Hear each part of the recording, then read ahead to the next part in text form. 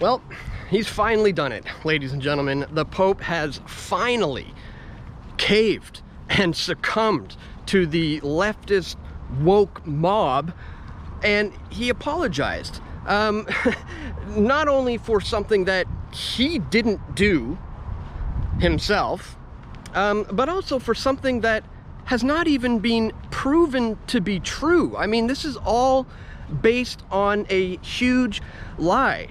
So today's video is really going to be a lesson in just how bad things can get when fake news spreads in the mainstream media. Now, this all stems back and started with this. These are the kinds of articles that were going around, like this one from the Vancouver Sun. Remains of 215 children found at former Kamloops residential schools, First Nation. And this was echoed by countless papers all over the globe who perpetuated this lie. Now, check this out. It says here, BC First Nations has confirmed that the remains of 215 children who were students of the Kamloops Indian residential schools have been found on the reserve using ground-penetrating radar. The problem is, guys, that is not true whatsoever. Here they are making the bold claim that it has been confirmed and that the bodies have been found using the ground-penetrating radar. But as I said, that's entirely not true. In fact, the specialist who put together that test even said in her own words, as we see right here, she stressed that hers was a preliminary investigation and only forensic investigation with excavation will provide definitive results. She even said herself, this is not definitive. The only way to get definitive results is to have an excavation, which has not happened. And yet here you had the mainstream news article saying it has been confirmed and the bodies have been found using this technology. Again, a blatant, absolute lie that really has led to a great deal of problems here in Canada, where, you know, this leftist woke mob wants to have you believe it's systemically racist, which is absolute nonsense. And this is why I quickly put out a video back in June of 2021 titled "The Truth About Residential Schools, quote, Mass Graves. It wasn't genocide. It amplifies the war on Christianity. Hundreds of bodies of Indigenous children have been recently, quote, discovered at burial sites near residential schools in Canada. And the Catholic religious order that operated these schools says it will disclose all historical documents in its possession, but without any digging, both metaphorically or literally, the Canadian government and the MSM have labeled this a case of genocide, and the implications have many turning their hatreds towards Christians in today's world. And that's exactly what we're seeing. That's what the Pope is doing with this apology, is perpetuating this lie, which is adding to the hatred of Christians. I mean, once this news came out of the so-called 215, in the wake of that, 68 churches were burned down to the ground. Many of them old historical churches, completely burned to the ground because of people absolutely taking out their hatred on this. Now, I am pleased to see, however, recently an actual mainstream media news article has come out which has gotten it right, and it's from the National Post, surprisingly, and they put out this piece, "The Year of the Graves, How the World's Media Got It Wrong on Residential School Graves." And it's a really solid article. As you see here, this is how it all began. You know, back on May 28th, you got these headlines with the gruesome, quote, discoveries that, you know, created shame and guilt and rage that swept across the country. And goes on to say here, you know, the first story said that they found 215 children, except that's not what happened in Kamloops. In the following weeks, while the term mass graves generally gave way to unmarked graves, They added a discovery of 1,300 child burials, except that's not what happened in those places either. And it's a long article. I'll leave a link in the description below if you want to check it out. But as you can see, they get into specifically what the journalists were getting wrong, which is very important because this is how all this spread and got to the point that we are today of the Pope apologizing.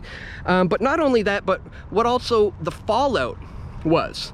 And the fallout was indeed great. And unfortunately, this article came out too late, you know. It was saying all the same things that I said a year ago. And I'm glad it finally came out, but too little too late, because the damage has already been done in the minds of the masses. In fact, I went around in Vancouver interviewing people on the streets of Vancouver, and I was absolutely shocked and horrified at just how many people, probably 95% of them, said it was okay to burn down churches. They felt it was completely justified to burn down churches as a result of this. So that just goes to show just how bad things can really get out of hand when fake news is allowed to spread. And you know, as we see here, the Pope is now doing this apology, and honestly, it's more of like an apology tour. I don't think this is over. Here's his itinerary.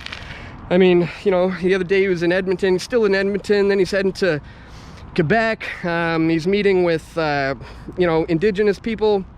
He's got other kind of private meetings with Indigenous people and even residential school students he's meeting with in private. So this thing is far from over. He's going to be continuing to perpetuate this massive hoax, really, which is what it is now, as he continues his little tour of Canada. So as long as he's going to continue to perpetuate this lie, I'm going to continue to expose it for what it is.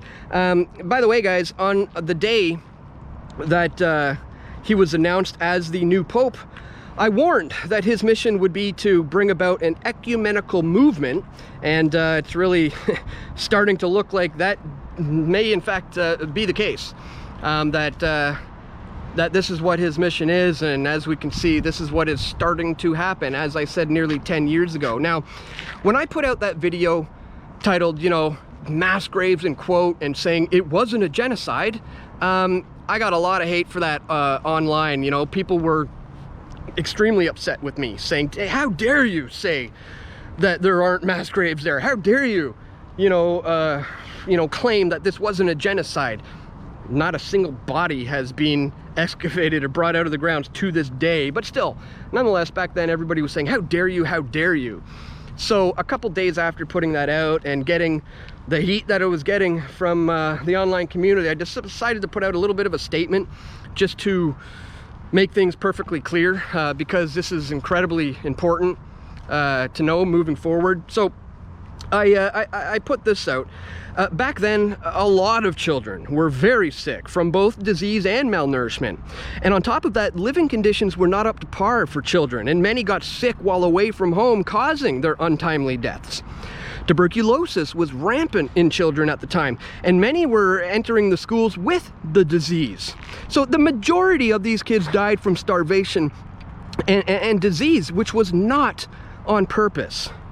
What happened was a terrible atrocity. No child should ever be forcefully removed from their parents, but today's far left activists want to exaggerate what happened so as to paint Canada as a systemically racist nation that needs to be destroyed so that their Marxist utopia can replace it.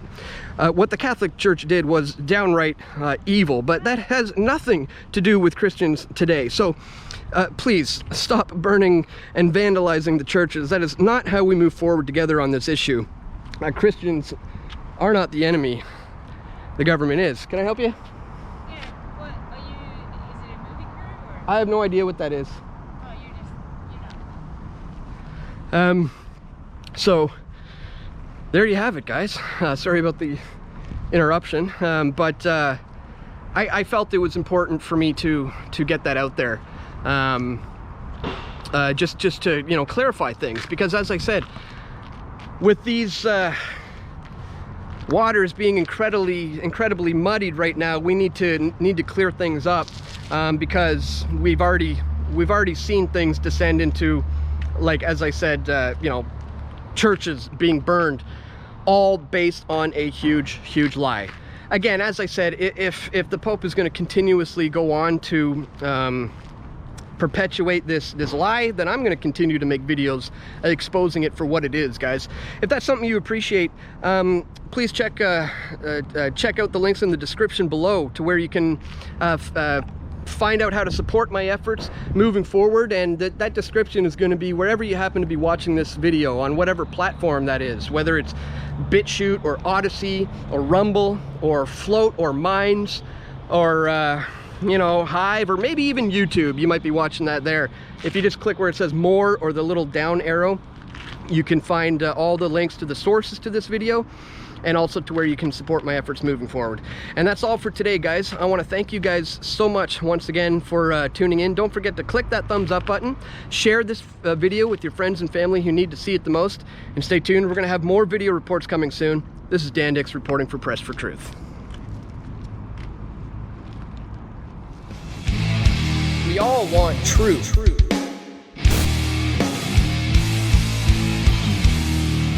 The truth will set you free.